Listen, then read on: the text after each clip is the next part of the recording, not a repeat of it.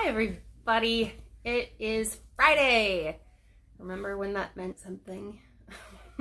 It still does. I'm wearing my Lundy Rocket shirt today. Sweatshirt, it's sweatshirt day. Let's see. So today it's a little more gloomy outside, which you might think means it's no fun to play outside. But you can still play outside. It might rain on you a little bit, but that shouldn't stop you. You're Oregonians. You know how to deal with that. The other thing that you could do today, sometimes when it rains, we feel more trapped in the house. A way to feel better about being trapped in your house, and you might not like this, but is to actually clean it a little bit. So if you're feeling kind of trapped, sometimes we get that feeling because there's too much mess around us. And I know that, well, kids in my class, you know Nora, and her desk is always a mess, and I always tell you, oh, you should see her room. Yeah, it gets pretty messy pretty fast. Creative kids are messy kids. So think about picking some things up, making your house look a little more clean and less cluttered, and you'll feel less trapped. And then you can get something else out to do. See if you have any board games, or I'm wondering if anybody tried making those nature pictures. If you didn't do that yesterday, you could do that today. And anything cool, post a picture. If you're doing something cool and your parents can do that for you, that'd be fun to see. And again, I'll put this all in a format that isn't on Facebook as soon as I can get some codes out to you. It'll be, well, I mean, right now you could go onto Google Classroom if you have a computer and you're logged in, and you can go to your Google Classroom and see these videos too, and not have to go through Facebook. Anyways, I am going to start reading. Oh, by the way, I didn't hear back from Brenton, so Black Lundy Rockets it was. Noah wants to pick the name today. Noah, come in here. You'll have to be in the video. Yeah. Say hi to everybody. Hello. You're not really real. All right, Noah today is going to pick the name. For which one? For what color I'm going to wear on Monday. I'm probably not going to make videos on the weekends. And it is Brenton again? Brenton again? Oh my gosh, Brenton, if you don't start watching these and picking colors, we're going to be sad. And then who's going to do an exercise?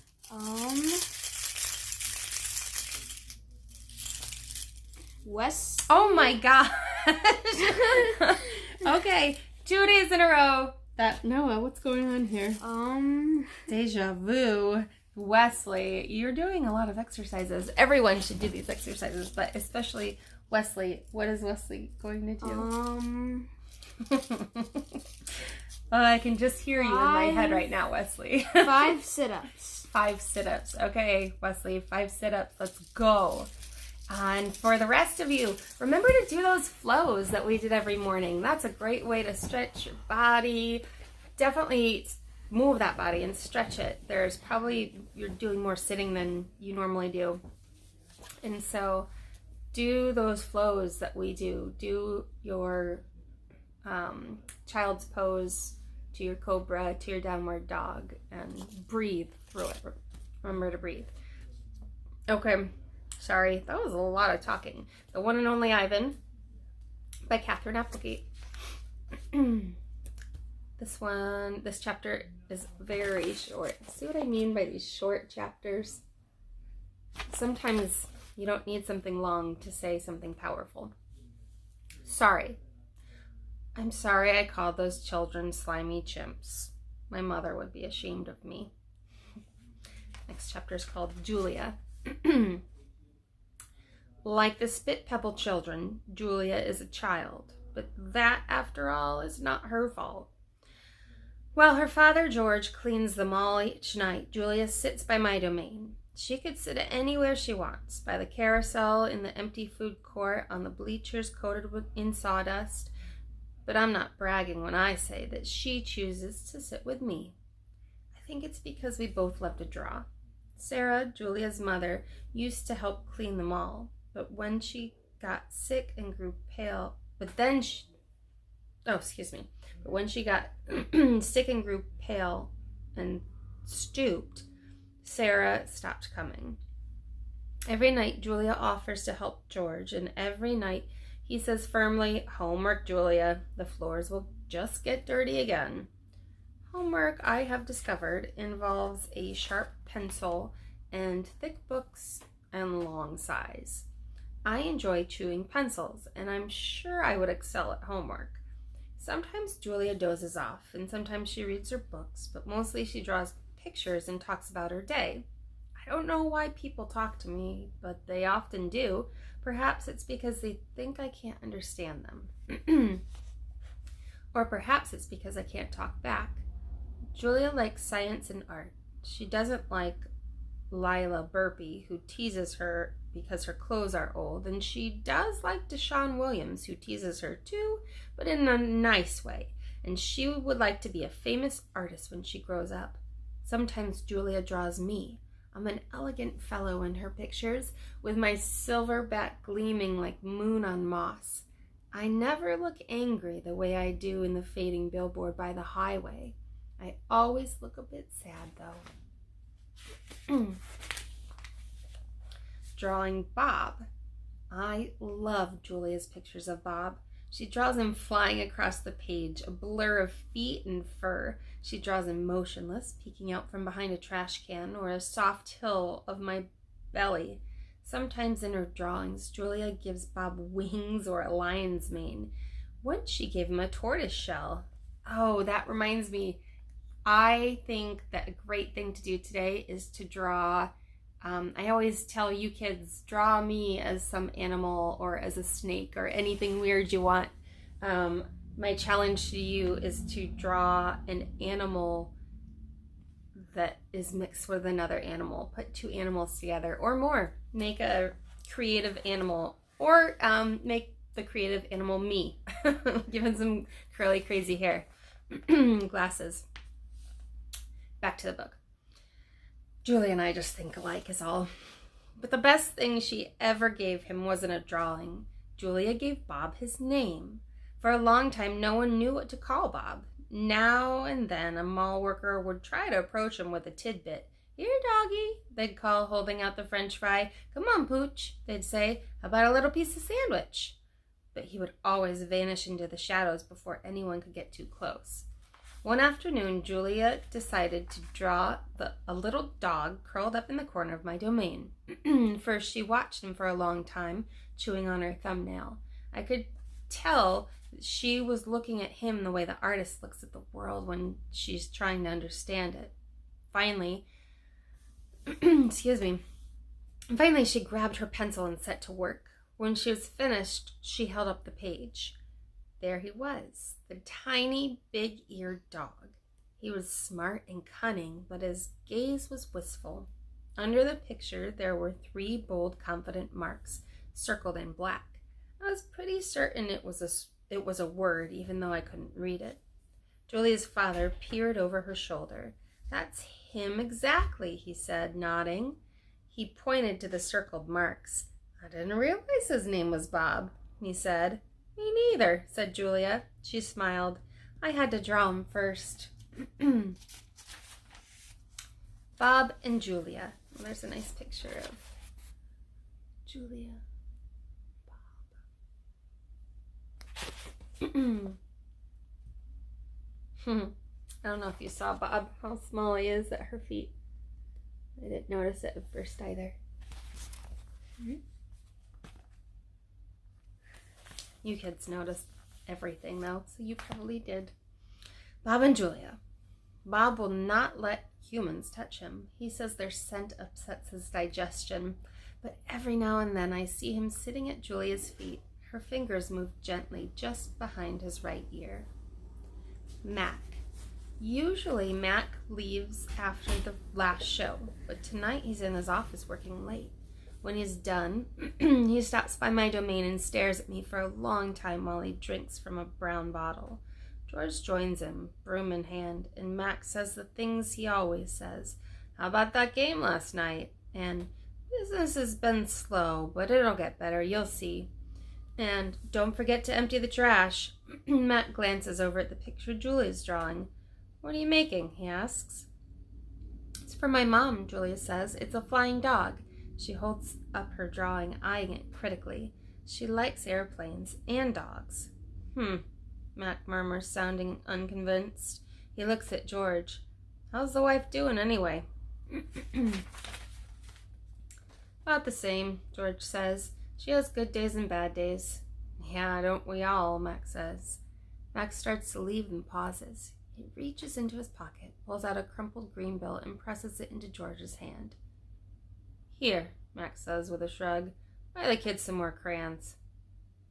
Mac is already out the door before George can yell, Thanks! Not sleepy. Whew, time's going by quick. Stella, I say after Julia and her father go home, I can't sleep. Of course you can, she says. You are the king of sleepers. Shh, Bob says from his perch on my belly. I'm dreaming about chili fries. I'm tired, I say. But I'm not sleepy. What are you tired of? Stella asks. I think for a while. It's hard to put into words. Gorillas are not complainers. We're dreamers, poets, philosophers, nap takers. I don't know exactly. I kick at the tire swing. I think I may be a little tired of my domain. But you're getting tired of yours too. That's because it's a cage, Bob tells me. Bob is not always tactful. I know, Stella says. It's a very small domain. And you're a very big gorilla, Bob adds. Stella, I ask. Yes? I noticed you were limping more than usual today. Is your leg bothering you? Just a little, Stella answers. I sigh. Bob wrestles. His ears flick. He drools a little bit, but I don't mind. I'm used to it. Try eating something, Stella says. That always makes you happy. I ate an old brown carrot. It doesn't help, but I don't tell Stella. She needs to sleep. You could try remembering a good day, Stella suggests. That's what I do when I can't sleep. Stella remembers every moment since she was born, every scent, every sunset, every slight, every victory. You know I can't remember much, I say. There's a difference, Stella said gently, between can't remember and won't remember. That's true, I admit. Not remembering can be difficult, but I've had a lot of time to work on it. Memories are precious, Stella adds. They help tell us who we are.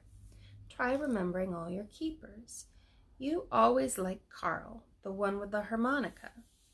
Carl, yes, I remember how he gave me coconut when I was still a juvenile. It took me all day to open it. I try to recall other keepers I've known, the humans who cleaned my domain and prepared my food and sometimes kept me company. There was Juan, who poured Pepsis into my waiting mouth, and Katrina, hey, who used to poke me with a broom when I was sleeping. I would not do that. And Ellen, who sang, How much is that monkey in the window? I might do that. With a sad smile while she scrubbed my water bowl. And there was Gerald, who once brought me a box of fat, sweet strawberries. Gerald was my favorite keeper. I haven't had a real keeper in a long time. Max says he doesn't have the money to pay for an ape babysitter. These days, George cleans my cage and Mac is the one who feeds me. When I think about all the people who've taken care of me, mostly it's Mac, I recall, day in and day out, year after year. Mac, who brought me home and raised me and says I'm no longer cute. As if a silverback could ever be cute. Moonlight falls on the frozen carousel, on the silent popcorn stand, on the stall of the leather belts that smell like long-gone cows. The heavy work of Stella's breathing sounds like the winds in the trees, and I wait for sleep to find me. And I never told you what page I started on, but I'm leaving off on page 56.